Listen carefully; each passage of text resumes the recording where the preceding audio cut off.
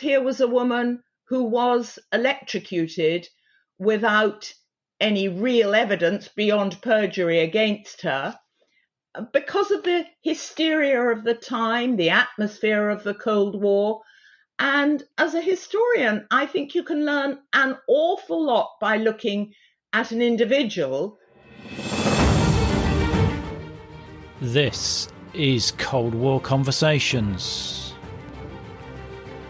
Ethel Rosenberg is a controversial figure and generates polarising views varying from an innocent mother caught up in Cold War hysteria to a willing and ruthless accomplice to her husband's Cold War espionage, betraying secrets to the Soviets.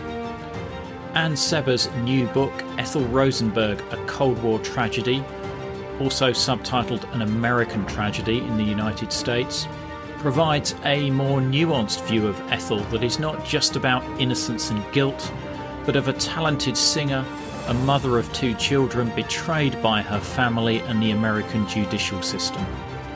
Aged 37 in 1953, she became the first woman in American history to be executed for a crime other than murder.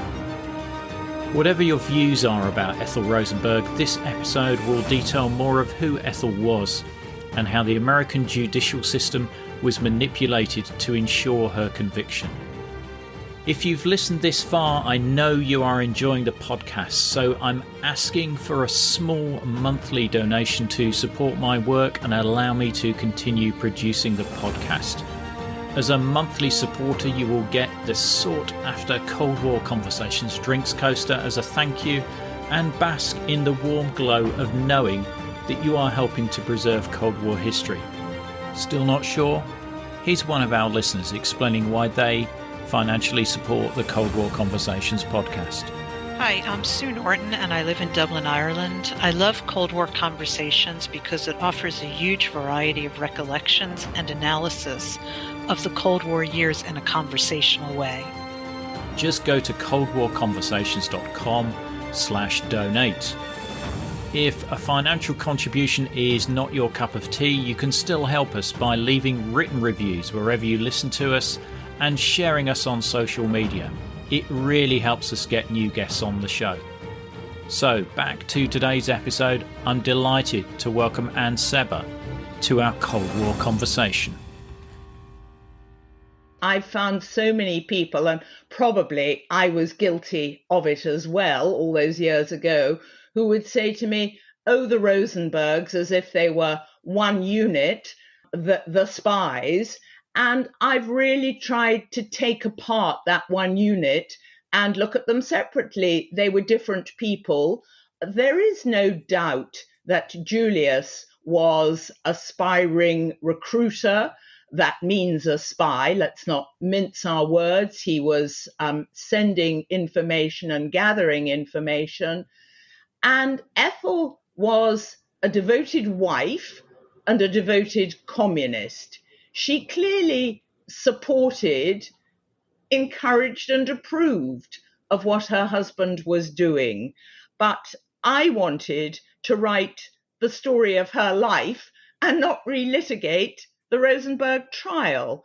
And I think that's a very important case to be made, because here was a woman who was electrocuted without any real evidence beyond perjury against her, because of the hysteria of the time, the atmosphere of the Cold War. And as a historian, I think you can learn an awful lot by looking at an individual. And when an individual comes up against these huge forces of history, what happens? So no wonder so many people have been engaged by the Rosenberg story, but not all of them know in detail or in truth what it is. They may know a fictional version, they may know a newspaper version, and I've tried very hard to tell the story of a woman born in 1915 who lived through so many key moments. The Depression, World War II, and then the Cold War, and then the Korean War, of course, just at the time of her trial. So there's really a lot to learn by investigating the story of Ethel Rosenberg, Ethel née Greenglass, and not just see her as one half of the Rosenbergs. Indeed. And as you mentioned there, Greenglass, her maiden name, is obviously a key part of this story. The whole relationship with her family, with her siblings there. Can you just describe a little bit around her early life and the family relationship? Yes, I agree with you. I mean, that's a tragedy of Shakespearean proportions. So her father was Barney Greenglass, who came from Minsk. He was an immigrant who never really made good, but he, by all accounts, was very cheerful and happy with his lot. He had a machinist, a tailoring shop on the Lower East Side, 64 Sheriff Street, and behind the shop was his bedroom and then the kitchen. So it was a cold water tenement, no windows. I mean, real poverty, an outside WC that you had to walk down the stairs to and go and get a bath in a bathhouse. It really was extreme poverty. However, his first wife died, leaving him with one son, and he quickly married again a woman called Tessie. And Tessie, who came from Galicia, which theoretically today is Austria, but it's also Eastern Europe. So Tessie, too, was not well educated. In fact, both her parents had degrees of illiteracy. They spoke Yiddish. Tessie made a bit more money by taking in rent from the tenement building. But otherwise, they really had very little money to spend beyond food. And life was hard, washing in the same sink that you bathed in if you didn't go to the bathhouse. So Ethel was born in 1915. She was Tessie's second child.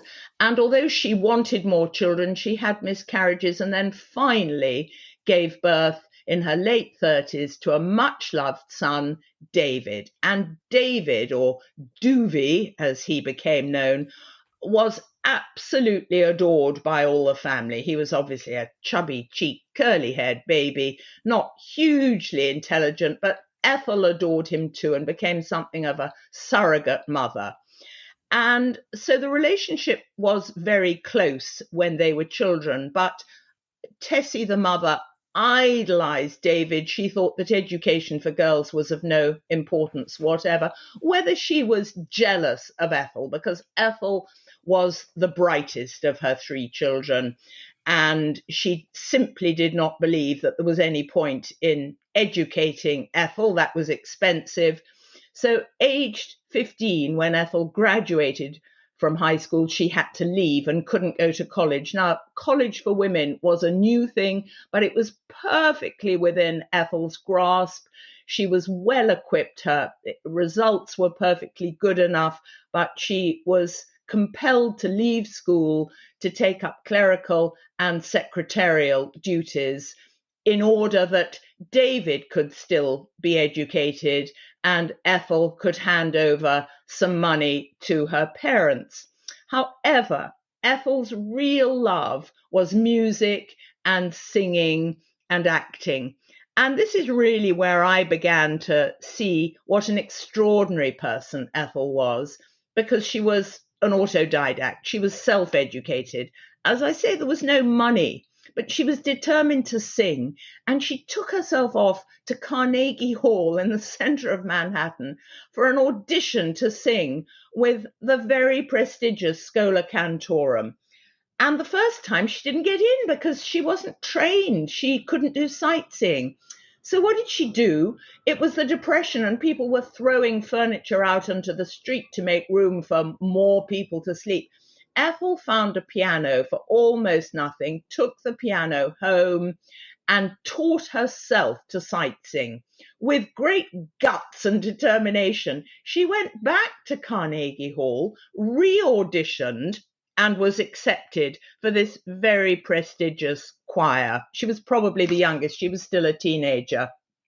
So that starts to give you some insight into who this very determined and potentially talented young woman was, and what she might have been if things had worked out differently. But at the same time that she was singing, she had to earn a job. She worked for a packing company. She was involved in a strike, and the strike became ugly because this was a very new time for unions, and she wanted the union to be recognized for better pay, better conditions.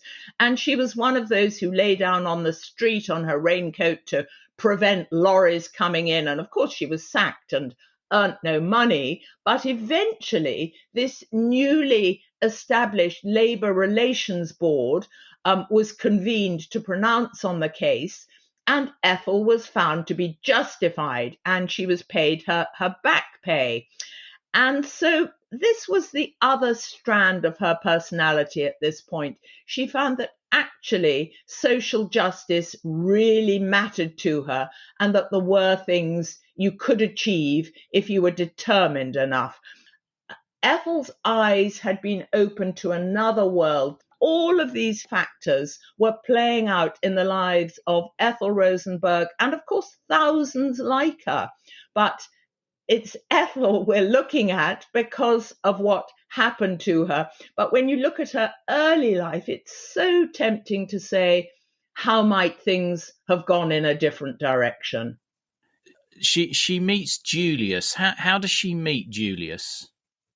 Well, probably 1936 is the key year for them, as of course it was the key year for the world, because it's when Hitler marches into the Rhineland and effectively ignores the Treaty of Versailles, and he isn't stopped. Arguably, that's the one moment when Hitler could have been stopped in his tracks. In Spain, there is a civil war, and the communists, of course, are fighting to cling on to the power they've won in the ballot box against the nationalists of Franco. And in France, you have a Popular Front government with a communist leader. Léon Blum puts together a communist front government. It doesn't last very long. So here's this year of absolute world turmoil. And Ethel and Julius joined the Communist Party in 1936, like so many others. Many of their friends went to fight in Spain. And Ethel continues singing a little bit because she loves it, and because she's in demand at many workers' rallies trying to raise money. She's the go-to girl for somebody who'll sing the popular arias. And at one of these, she's a bit nervous. And Julius, who is a couple of years younger, meets her there and somehow steadies her nerves. And they become, as we would say today, they become an item almost immediately after that. How is their financial situation? Do they struggle financially? Has Julius has got a decent job? No, not at all. So Julius needs to finish his college education before they can get married. Julius's parents like Ethel a lot and think she's a good influence on their son, who's a very clever boy. He studied for a while at a rabbinic college called the Yeshiva, and he might have been a rabbi, but he turned his back on religion and studied engineering at CCNY, City College. And City College was free, of course, and many Jews and many radicals went there. And Julius chose engineering probably because he thought it was vocational. He'd get a job, not because he was so passionate about it. He failed one of his exams, Spanish, and it was Ethel who helped him, who typed up his notes at this point to help him learn more. And he did pass his exams, and eventually they were married. And they were married in a synagogue, although neither of them were religious Jews. That was the norm. That would have pleased their families. And then the search for a job began. And Julius found it very hard, but he discovered that many of his contemporaries were getting government posts in Washington, that the government did not turn their back on Jews in the way that many other industrial organizations seemed to do, worried that these radical Jews from City College weren't a safe bet. So they sat the equivalent of what we would call the civil service exams. And of course, Ethel, being so bright, passed and got a good job, and they went to Washington. And for a while, Ethel was the breadwinner there, and Julius followed. But when he got a job back in New York, they returned to New York, and then they had to live hand to mouth, really. They shared a flat for a while with some friends in Brooklyn. They moved in with Julius's parents, which wasn't wonderful. And then eventually they found a very tiny sort of bed sitter in a not very salubrious part of the city. And that's where they lived. And Julius was working for the Army Signal Corps at that point, and he traveled a lot.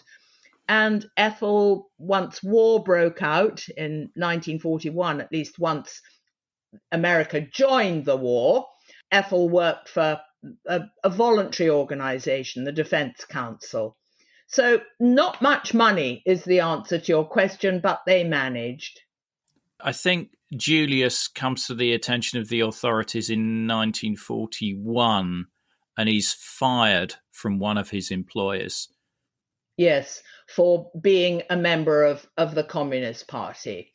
And of course, that's not illegal, but he manages to bluster his way back in, and he's taken on again.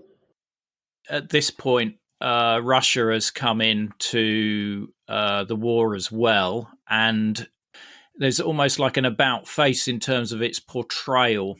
The criticisms of the Soviet Union are, let's say, not highlighted as much as they had been prior to June 1941. Yes, of course, it was a very difficult time to be a communist, because in 1939, at the beginning of the war in Europe, there was the Molotov-Ribbentrop Agreement. So suddenly, Russia was an ally of Nazi Germany. What were communists meant to do? Well, many communists did abandon the party. Julius and Ethel didn't. They bided their time. But it was much more comfortable, of course, by 1941, as you rightly say, once that the Soviet Nazi non-aggression pact is dismantled and Hitler marches into Germany and America joins the war after Pearl Harbor. And then, of course, the Americans have a lot of backtracking to do. Suddenly, Russia is not only their ally, but there are a number of positive films that people go to see actually all the wonderful things that the Soviet Union is doing and how it's fighting the brave fight for freedom. So a lot of people find themselves changing sides, but support for the Soviet Union from 1941 until 1945 was, of course, not only acceptable, but encouraged. So a lot of changing of positions had to go on, but it wasn't theoretically illegal to be a communist at this point. And in 1943, Julius and Ethel's first child is born, Michael, who is quite a challenging boy. Yes. And of course, in 43, it's mid-war, and Michael is just a difficult and sickly baby. And he's very, very demanding of Ethel. Ethel was born with scoliosis, and every so often that flared up, and not sleeping properly and worrying about this child caused a severe flare-up. And scoliosis wasn't just a question of pain in her back. She had serious migraines. And although they could barely afford it, they needed some kind of household help at this point. And Ethel was so determined to be a better, more attentive mother than her own mother had been, that having this difficult, challenging child who obviously was super bright and super demanding, made life extremely difficult for her, and she didn't know where to turn. Her mother was no help in these circumstances, so she tried to educate herself. She took subscriptions to Parents magazine. She read everything she could. She went on mothering courses. She went on music education courses, thinking if she learnt the guitar, she could teach him. She tried her damnedest. And times were tough because Julius was away. They didn't have much money. And anyone who's been kept awake with a baby at night knows how utterly debilitating that is. Yes, I can remember that with my young ones. Now, tell me how the relationship is with Ethel's brother David and his wife Ruth. Well, having read the letters at Boston University, which the FBI confiscated, of course, and what they reveal is that Ruth, too, like Ethel, was a bright young thing, but she had obviously been attracted to chubby, cute-faced David. They also were childhood sweethearts, and Ruth gave up any hope of college to be a good wife and mother, and they looked up to Ethel and Julius. It appears as if Ethel and Julius were really the golden older brother and older sister-in-law. And I think what I find extraordinary is here are these two women, Ruth and Ethel, neither of whom went to college, both of whom were the brighter halves of the partnership, and both of whom subsumed everything into their children and family life, but with very different outcomes as to how they did that. But they put children and family above absolutely everything.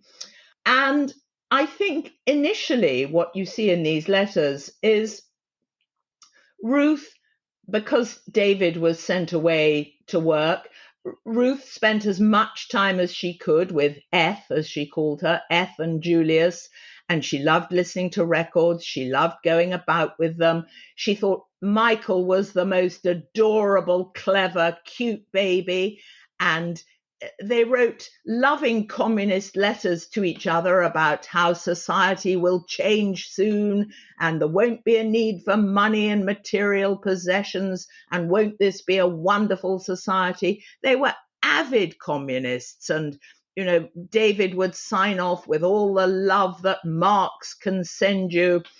And in addition to being avid communists, there was an element of envy. I hesitate to say jealousy, but deep envy that Ethel and Julius had this very bright boy and Ruth was trying to get pregnant, and would their children be as clever and as amazing and as wonderful?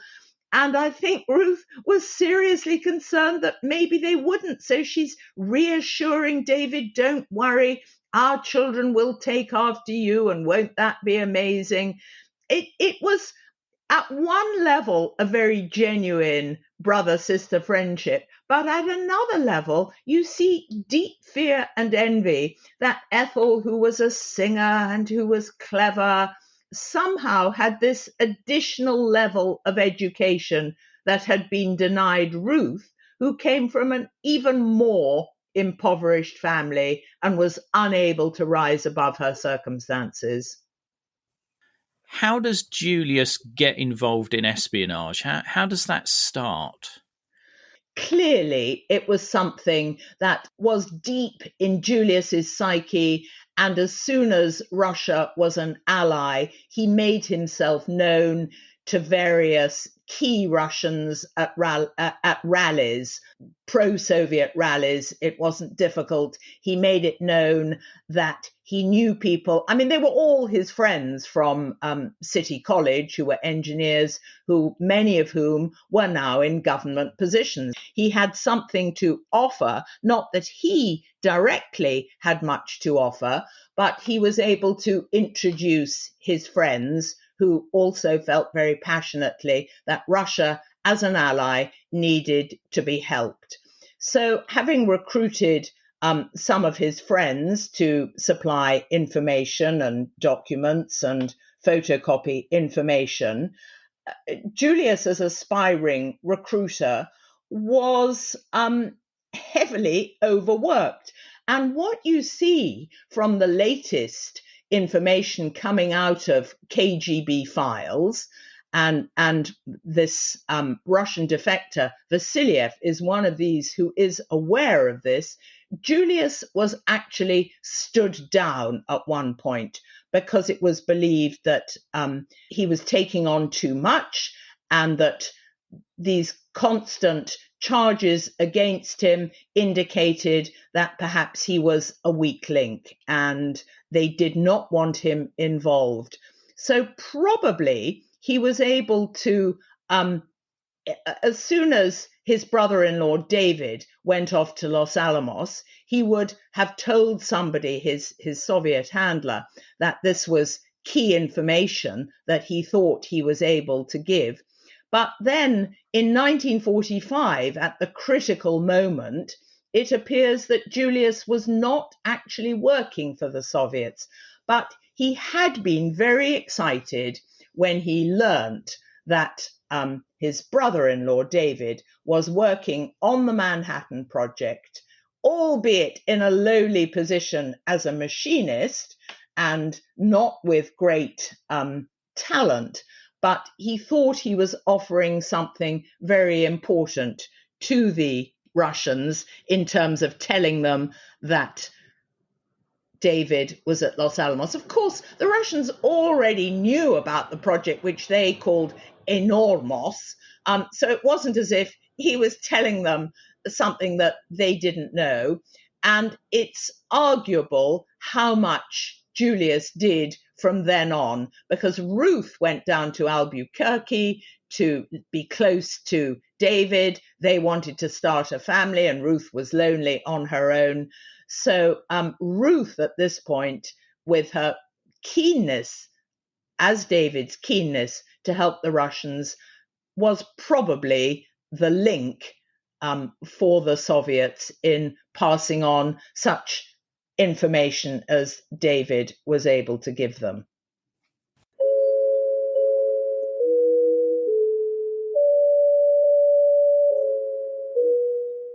Anne's publishers, Orion Books, have kindly given us 3 copies to give away to our listeners. There'll be details of how to win a copy at the end of this episode. Now, back to the interview.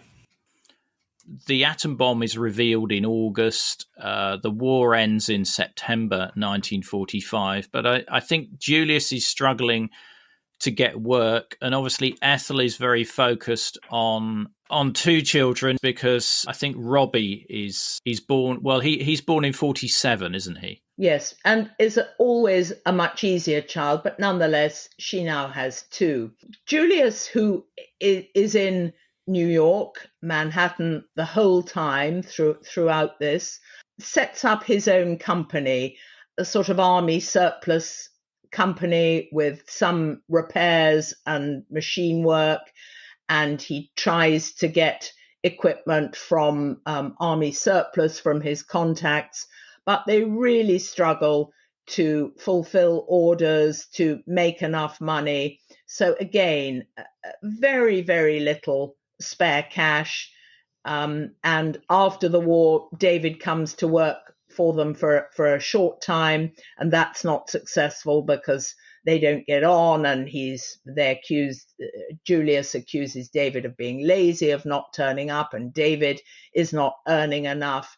So the relationship between the brother and brother-in-law sours, and at the same time there just isn't money. Yeah, and I think that the business that Julius has started, David is an investor. Yes, in that as well, and would like to get his money out, but can't because there isn't spare cash. Yeah. So as you say, the relationship definitely sours there, but also the FBI are starting to get on the trail as well. Yes. And David did something that many people who worked at Los Alamos did. He stole some uranium. Apparently, it made a very attractive ashtray.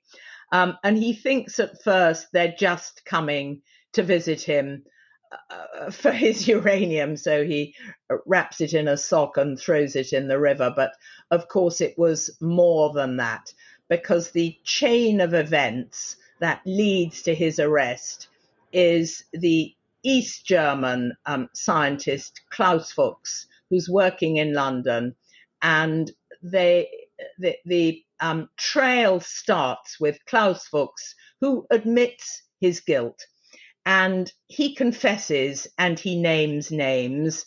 And he actually, although he is sentenced, he only serves 9 years in the end. But his confession, and this is the intriguing part, everybody who's arrested names names. So Klaus Fuchs names Harry Gold, who was a courier. It was also an unreliable, serial liar, but he names eventually David and Ruth Greenglass. So that's how the trail leads to them, because he met them in Albuquerque and he recognizes them.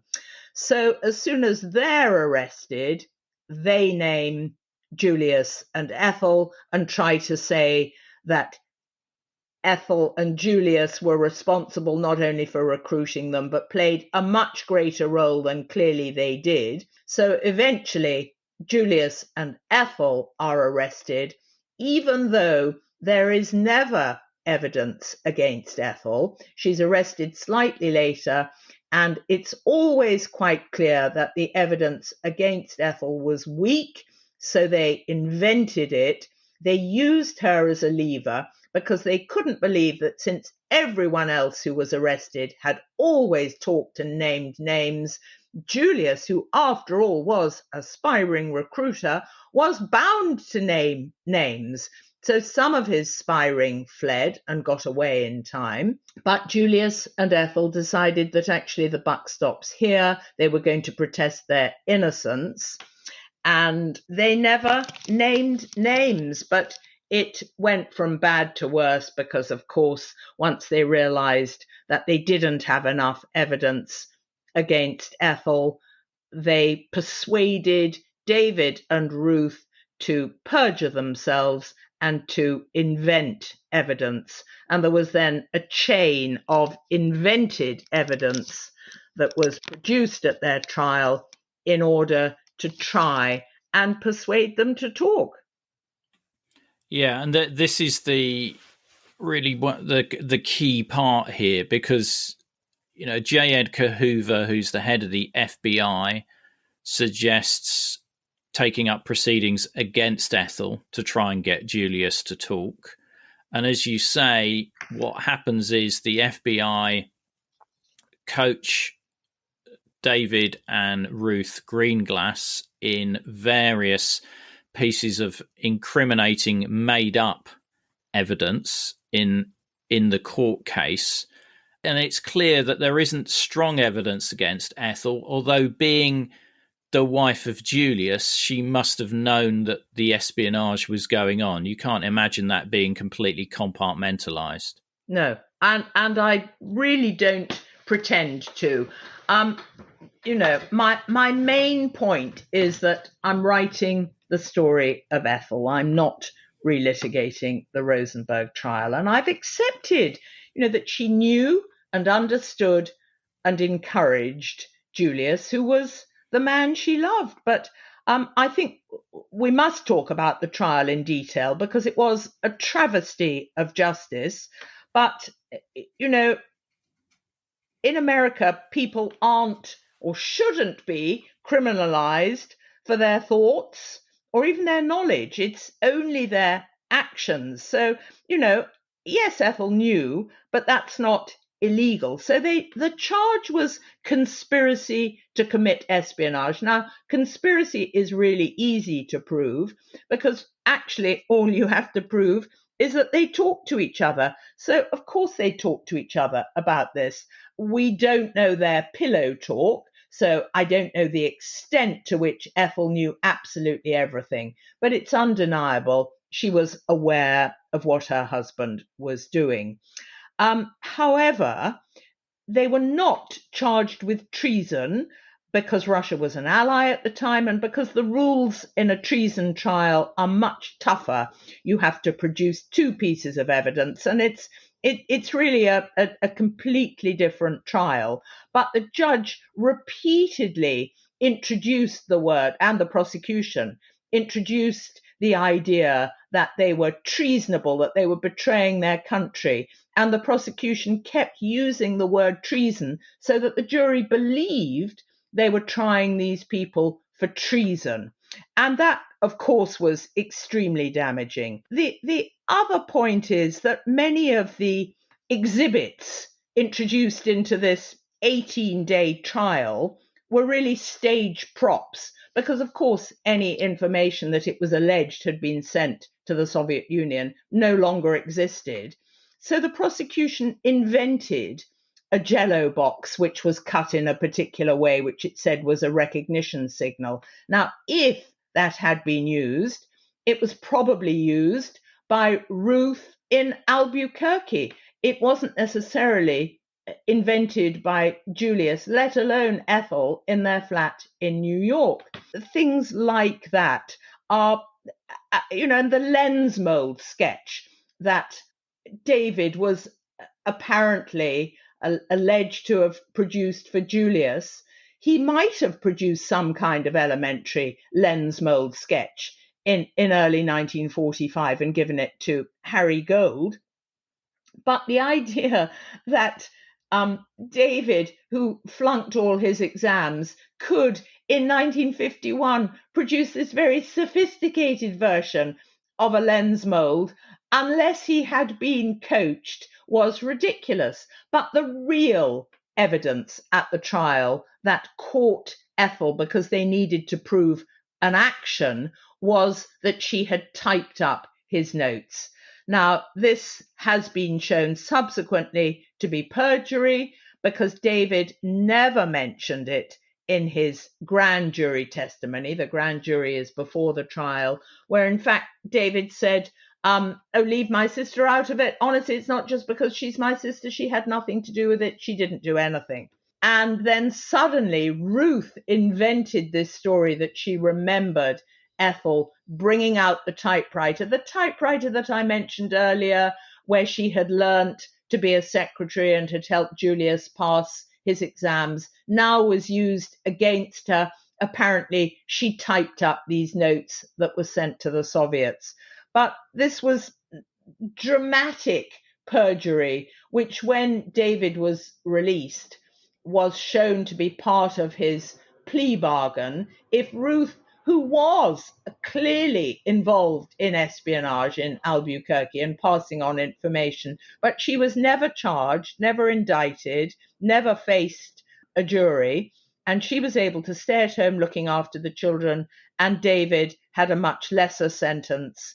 And so this was part of their deal with the FBI, that actually they would invent this story. And it was the typing that was invented that was the perjury. I mean, there's much more that I could say about the mistrial, the way the judge directed the jury to find them guilty of treason. His summing up was blatantly sexist, blaming Ethel because she was 3 years older. The fact that the prosecution had indulged in ex parte discussions with the judge, all of it is just such a travesty of justice that, of course, Ethel never should have been found guilty, or if she was guilty of being complicit to the conspiracy because she knew, she would have been given a few years.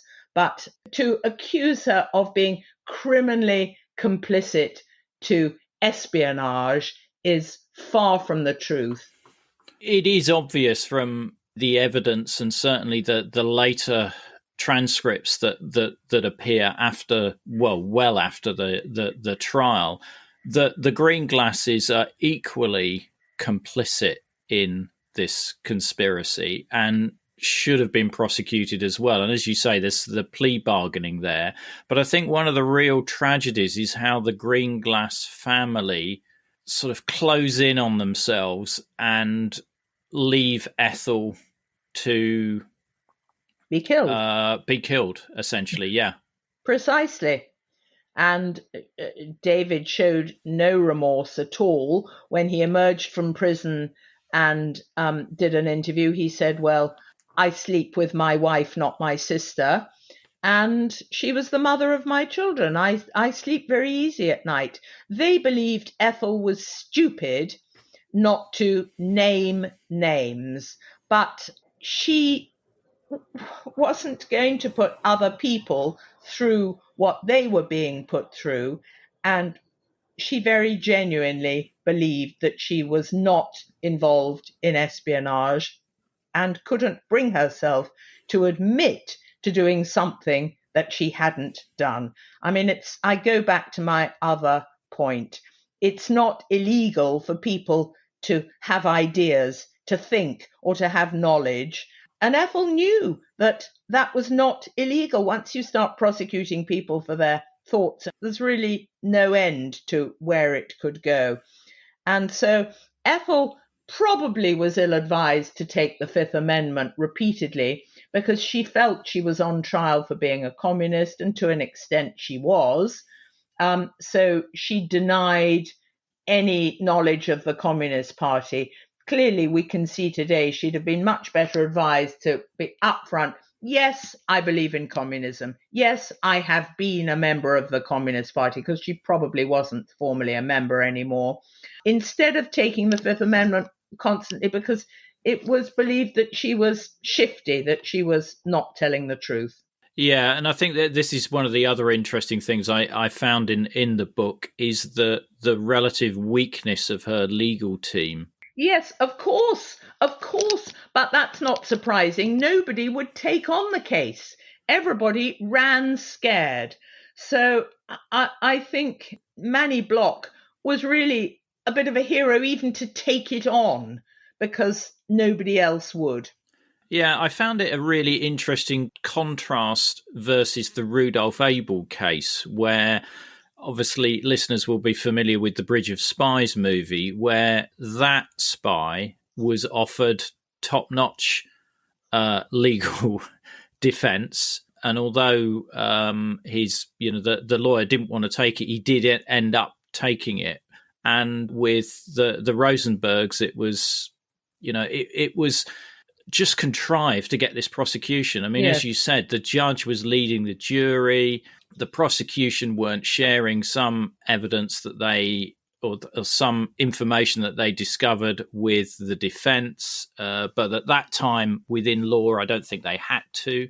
Do you mean the grand jury information or Vannona? Yes, yeah, the grand jury information, because Yes. obviously Vannona would not have been allowed to have been disclosed at this point. Yes. I think it's what I come back to. I said at the beginning, there is something about the Rosenbergs being a husband and wife that felt to be so contrary to American ideals of, here are these immigrants, they should be grateful for everything we've given them to live in this country, and yet this woman is going against the rules of being a good mother, a good housewife. She's breaking every notion we have of the American dream. There was something in Ethel and Julius's story that the FBI felt, and the government had to go along with. It felt so contrary to notions of American motherhood, of the American dream, of America being a melting pot and welcome to immigrants, that they had to be punished, and they had to be seen to be punished. And the word I think we haven't really talked about is fear, because of this fear that really was verging on hysteria, that if you let them get away with this, where on earth will it lead you? And you see that in Eisenhower's fear. I mean, this great military commander who'd shown such strength on the field, is absolutely horrified at the prospect of having to cave in to what would be seen as giving in to the communists. He had to be shown to be strong, and particularly because in 1950 there was the Korean War, and so Ethel was blamed for the Korean War because it was believed that this is what gave the communist forces their strength. So it's much more than, I mean, the subtitle of my book is A Cold War Tragedy. In America, it's called An American Tragedy. It's much more than an ordinary Cold War case. It really is something that excites people beyond normal levels of punishment for a crime, let alone punishment to fit the crime, because, Ethel was punished not just for the crime. Ethel was punished for being a woman. Ethel was punished for being 3 years older than her husband. Ethel was accused of being the master and driving Julius as her slave.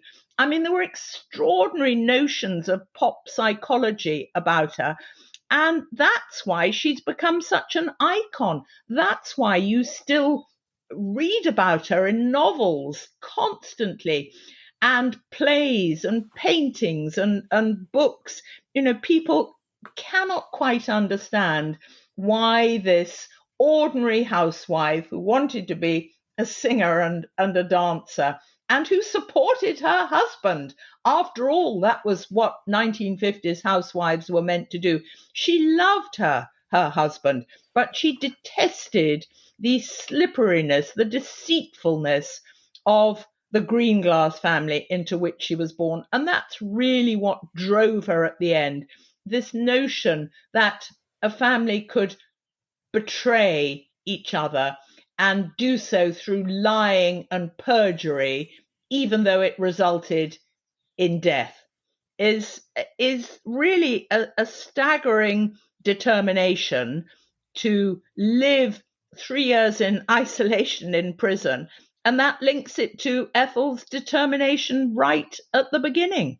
We briefly touched on Vannona there. Now, Vannona were the American decoding of Soviet messaging that had been going on in the 1940s from the US to the Soviet Union. And what do the Vannona decrypts say about Ethel's role? Well, they're absolutely fascinating. I mean, they haven't all been decrypted and the project has closed now. Only 2 referred to Ethel. Only 1 mentioned Ethel by name. One should say that it was the knowledge of the Vannona cables that led the trail to Klaus Fuchs in the first place, and Fuchs and Gold and the Greenglasses. So they were incredibly important, but they didn't want to reveal them publicly because they hoped that they could be useful in leading to more names. What do they tell us? So much. So they tell us that Ethel did not have a code name. Everybody else who was dealing with the KGB had a code name. They describe Ethel as an intelligent woman. I think there is one other mention of Ethel as Liberal's wife, but not with her own name. Clearly, nobody has ever said that Ethel was dealing directly with the KGB. So, it was just a reference to Ethel. But the one that people get so exercised about is which says that Julius and Ethel recommend Ruth Greenglass as a clever and intelligent woman. So was that Ethel deliberately inveigling Ruth into spying, or is it simply a question of saying Julius recommended Ruth, and by the way, his wife too thinks she's clever, as extra emphasis? You could argue it both ways, and I'm prepared to say, even if you accept that that's Ethel recommending Ruth as a spy, it's not evidence of her involvement actually in spying. So the Vannona cables tell you so much, But for me, in a way, one of the most significant aspects is that the two men who worked on decoding them, Gardner and Lamfair, were so appalled that their work had led to the electrocution of a woman that they actually wrote to the government begging this not to happen. They were the people who really knew what was in the Vannona cables, and they knew that decryption did not mean that Ethel deserved to be electrocuted. So I find that staggering. That does say something. That really does say something there. One of the things I really liked in the book were the photos in there, because the only or most of the photos that you see of Ethel are the mugshots where you can understand she's not looking particularly happy or at her best. Isn't it unimaginable for most of us who grow up constructing our childhood by looking back at photos of when we were 3, when we were 5, when we were a baby, with our parents looking adoringly at us? So all those photographs were taken by the FBI, and Ethel's 2 sons have grown up with nothing like that at all. And yet some people, as they've grown up, have realized they're in possession of photos and have sent them back to the 2 sons who are now Robert and Michael Meeropol. And I've got a couple of those in the book. One of them shows Ethel in Amdram. I mean, that was what she really loved and would have liked to have been an actress. And the other one, which is my favorite photograph of all, shows Ethel as an adoring mother on the beach cradling her toddler. And I am trying to reset the image, because I just don't believe that extremism enlightens anything. I don't think extremism wins any arguments. And we really have to try and make a nuanced portrait of this complex, arguably flawed woman whose most important goal in life was to be a good mother by the time that her 2 sons were born. So I would say from 1943 onwards, to be a good wife as she perceived it. And that meant loyally supporting her husband and not betraying him. Of course, she knew and understood and encouraged Julius in what he was doing. But I think we have to try and hold more than one idea in our head, that this woman can be both things. I don't think communism was the main focus of her life in the last 10 years. And I think we need to try and see how the most important thing for her was to leave her sons a good legacy of the correct way to behave, not to betray people like the green glasses had done, but to be as solid in your support for people who you believe are doing the right thing. And that's why she would not name names. And that's why ultimately she went to her barbaric death and was electrocuted. Yeah, because the FBI were waiting even on execution day for either Julius or her to name names, and that would have stopped their execution. Arguably, okay. I don't know, actually. It might have stopped Ethel's, because when you look at the tangle that the FBI and government got into as to which one would be executed first, and they worried if they executed Ethel first and then Julius confessed, how on earth could they execute a mother and then allow a father to live? That would be terribly unpopular. So I don't think it was a given that even naming names would have stopped the execution.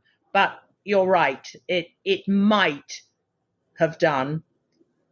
And why do you think Ethel's story matters, and why are we looking at this history now? I think it really matters, because when a government gives way to fear and or hysteria and willingly kills one of its subjects and sees them as expendable in the greater good. This argument that because they knew about Vannona, the means justified the ends. I think as citizens, we all need to be wary of that. And her story is resonant today, just as it was 70 years ago. And we can look at the degree of guilt and complicity and argue till the cows come home.